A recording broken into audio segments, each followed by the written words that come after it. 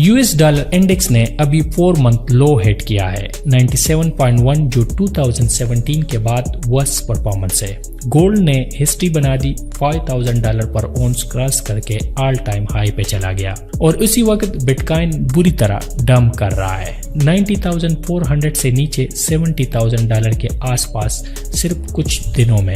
ये चीज हर macro rule book को तोड़ देती है। हिस्टोरिकली जब डॉलर वीक होता है तो बिटकॉइन रैली करता है। तो फिर असल सवाल ये है कि असल में क्या हो रहा है, और आज हम ब्रेक डाउन करेंगे 5 पावरफुल फोर्सेस जो बिटकॉइन और डॉलर के बीच के ट्रेडिशनल कोरिलेशन को डिस्ट्रॉय करने में अहम रोल प्ले किया, और ये भी बताएंगे कि ये रिलेशनशिप दोबारा रिस्टोर हो सकता है या फिर नहीं। आगे बढ़ने से पहले एक छोटी सी बात क्लियर कर दूं, मैं कोई फाइनेंशियल एडवाइजर नहीं हूं और ये वीडियो सिर्फ एजुकेशनल और मार्केट अंडरस्टैंडिंग के लिए है। कोई भी इन्वेस्टमेंट डिसीजन लेने से पहले अपना रिसर्च करना जरूरी है। और अगर आप क्रिप्टो और मैक्रो मार्केट को सिर्फ प्राइस से आगे समझना चाहते हैं, रियल लिक्विडिटी, रियल रिस्क और रियल सिग्नल से, तो मेरा व्हाट्सएप चैनल ज्वाइन करना मत भूलिए। वहां हम रेगुलर बेसिस पे मार्केट अपडेट, मैक्रो ब्रेकडाउन और शार्ट एक्शनेबल इनसाइट शेयर करते हैं।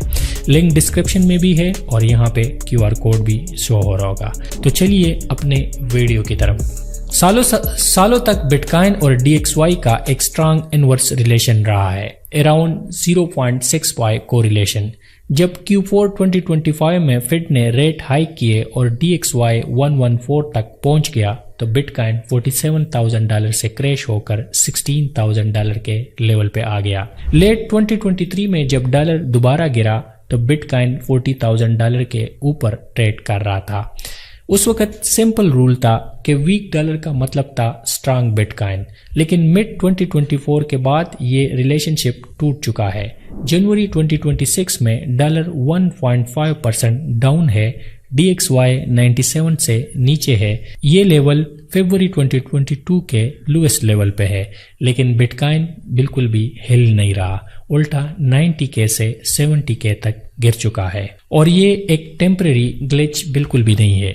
90 डे कोरिलेशन जो पहले 0.7% थी, अब बिल्कुल कोलैप्स होके 0 पे आ चुकी है ऑलमोस्ट। बिटकॉइन अब डॉलर के अगेंस्ट नहीं बल्कि टेक स्टॉक के साथ मूव कर रहा है। बिटकॉइन और नेस्डेक का 30 डे कोरिलेशन ऑलमोस्ट 0.8% हो चुका है, जो कि 4 साल का हाईएस्ट लेवल है।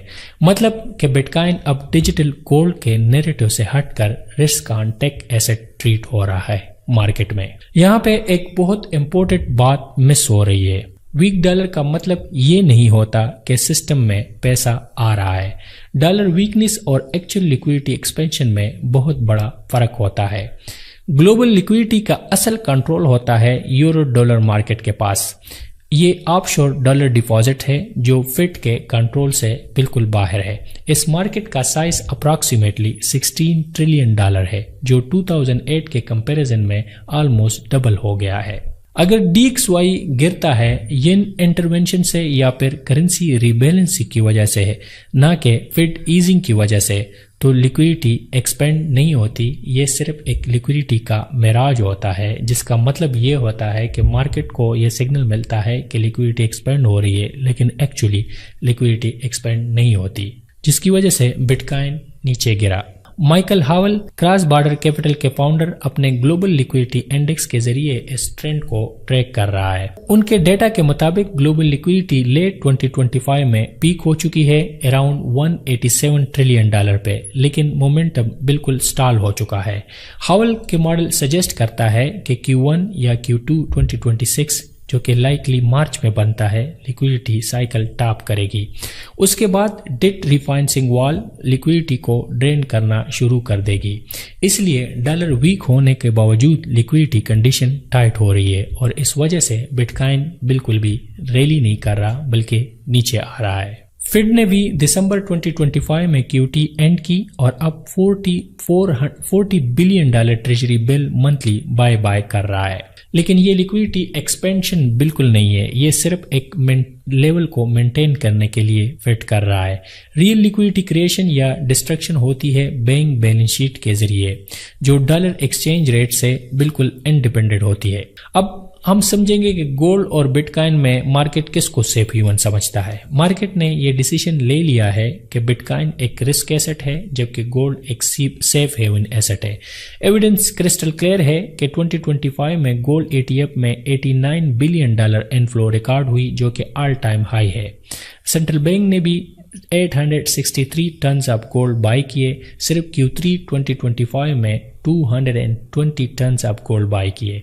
चाइना हर महीने गोल्ड बाई कर रहा है और साथ है US ट्रेजरी सेल भी कर रहा है। नवंबर 2025 में चाइनीज ट्रेजरी होल्डिंग $682 बिलियन तक आ गई है जो कि 2008 का एक लोएस्ट लेवल है, जबकि गोल्ड रिजर्व्स 236 टन जो कि $310 बिलियन प्लस है। जियोपॉलिटिकल टेंशन के दौरान बिटकॉइन 6.6% नीचे गिरा जबकि गोल्ड 8.6% ऊपर गया। BTC गोल्ड रेशो अर्ली 2026 में 17.6 थी जो कि अब 15.5% पे आ गई है जो कि हिस्टोरिकल एक लो लेवल है। 2025 में गोल्ड ने 65% परफॉर्म किया जबकि बिटकॉइन ने 6% डाउन रहा। डिजिटल गोल्ड नैरेटिव पूरी तरह फ्लॉप हो चुकी है और जिसकी वजह से बिटकॉइन नीचे गिर रहा है। तो अब असल प्रॉब्लम क्या है? असल प्रॉब्लम है डेट रिफाइनेंसिंग वॉल जो 2026 में आ रहा है। 2026 में 9 से $10 trillion US government debt mature हो रहा है जो कि टोटल डेट का 1/3 है, जिसमें कॉर्पोरेट डेट 2026 में $3 ट्रिलियन जबकि ये 2024 में $2 ट्रिलियन था। इसमें 50% जंप रिकॉर्ड हुआ। कंपनीज जो 2021 और 2020 में 2 to 3% पर बारो कर रही थी अब उसे 5 to 7% पे इसे रीफाइनेंस करना पड़ेगा। मतलब यह है कि जब अगर वो 2021 में 100 मिलियन डेट ले चुकी है तो 3 मिलियन इंटरेस्ट रेट इस पे पे करना था, जबकि अब 6% से ये 6 मिलियन इंटरेस्ट रेट पे करना होगा। ये डायरेक्ट प्रॉफिट पे एक हिट है जो 2025 में मेगा बैंक्रप्सी का सबब बना जो 81% था। जनवरी 2026 से ग्लोबल चैप्टर 11 और commercial real estate 1.5 trillion mature हो रहा है। ऑफिस CBDC लोन $21.3 बिलियन का है। माइकल हॉल के मुताबिक 40 trillion global debt rollover by 2027 होना है जो कि मार्केट के लिए सबसे बड़ा रिस्क है और ये रिस्क एक तरह के इस वक्त मंडला रहा है मार्केट पे। BOJ ने भी दिसंबर 2025 में रेट 0.7% कर दिया। 1995 के बाद ये एक हाईएस्ट लेवल था। मार्केट जून 2026 और हाइक एक्सपेक्ट कर रहा है जिसके नतीजे में बिटकॉइन 91K से गिरकर 88.5K पर गिरकर सिर्फ 2 घंटों में नीचे आया। येन के रिट्रीट अनवाइंड साइज 260 बिलियन से $500 बिलियन के दौरान है। जब ये अनवाइंड होता है तो बिटकॉइन भी सेल होता है। चाइना ने भी 9 मंथ में कंटिन्यूसली ट्रेजरी सेल किए। होल्डिंग 47% से डाउन होकर जो कि 2013 पीक से बिल्कुल लो है और कैपिटल से रोटेट होके गोल्ड में जा रहा है। ये सब मिलकर रिस्क एसेट से लिक्विडिटी ड्रेन कर रहे हैं। तो अब सवाल यह है कि कोरिलेशन कब वापस आएगी? इसके 4 सिग्नल है। अगर ये 4 सिग्नल हुए तो कोरिलेशन वापस आ जाएगी। सबसे पहले ये है कि फेड रेट 3% से नीचे होना चाहिए। अभी ये 3.5 या 3.75 है जो रियल लिक्विडिटी तब आएगी जब ये 3% से नीचे हो। दूसरा, ग्लोबल लिक्विडिटी एक्सपेंशन जो कि लाइकली Q3 Q4 2026 में रीफाइनेंसिंग वॉल के बाद एक्सपेक्टेड है वो स्टार्ट हो जाए। तीसरा है बिटकॉइन टेक्निकल ब्रेकआउट 94,253 की रेजिस्टेंस है, इसको तोड़ना होगा। फिर 99K के कंफर्मेशन देना है और फिर 1,07,400 पे almost all time high zone को इसने टच करना है। तब हम एक्सपेक्ट करेंगे कि रैली वापस आ रही है। और अगर हम डॉलर इंडेक्स या DXY की बात करें तो ये 96.2 से वीकली क्लोज पे नीचे होना चाहिए जो कि करंटली 97.4 है। बिलो 96 स्ट्रांग सेलिंग प्रेशर होता है। चारों सिग्नल एक साथ चाहिए एक बुल रन या सुपर साइकिल को वापस लाने के लिए। डॉलर गिरना ऑटोमेटिकली बिटकॉइन का मून का सिग्नल बिल्कुल भी नहीं है। असल गेम है लिक्विडिटी का। अब डेट रीफाइनेंसिंग कैपिटल ड्रेन हो रहा है, गोल्ड सेफ हेवन फ्लो हो रहा है और bitcoin as risk asset treat हो रहा है। लेकिन इन सब में गुड न्यूज ये है कि Q2 Q3 2026 में रिवर्सल का कैटलिस्ट मौजूद है। लेकिन तब तक हमें मैक्रो के अगेंस्ट नहीं जाना चाहिए, पेशेंस रखना चाहिए। बेस्ट ट्रेड कभी कभी ये नहीं होता कि आप ट्रेड ले लें, ये होता है कि आप कोई ट्रेड ना लें।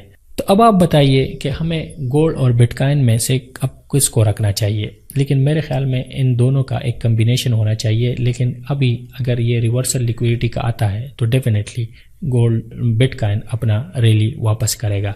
लेकिन अगर नहीं भी आता तो तब भी हम देखेंगे कि इस दफ़ा जिस तरह हमें अर्ली हमने पीक देखा तो बॉटम भी ये हम एक्सपेक्ट कर रहे हैं कि अक्टूबर 2026 में हम बॉटम करें और फिर इसके बाद लिक्विडिटी सिस्टम पे वापस आना शुरू हो जाए। तो thank you so much for watching. और अगर आपको ये वीडियो अच्छी लगी है तो चैनल को ज़रूर सब्सक्राइब करें और बिल के आइकन को क्लिक करें ताकि आपको इस तरह की वीडियो मिलते रहें। और मिलते हैं नेक्स्ट वीडियो में। Thank you so much for watching.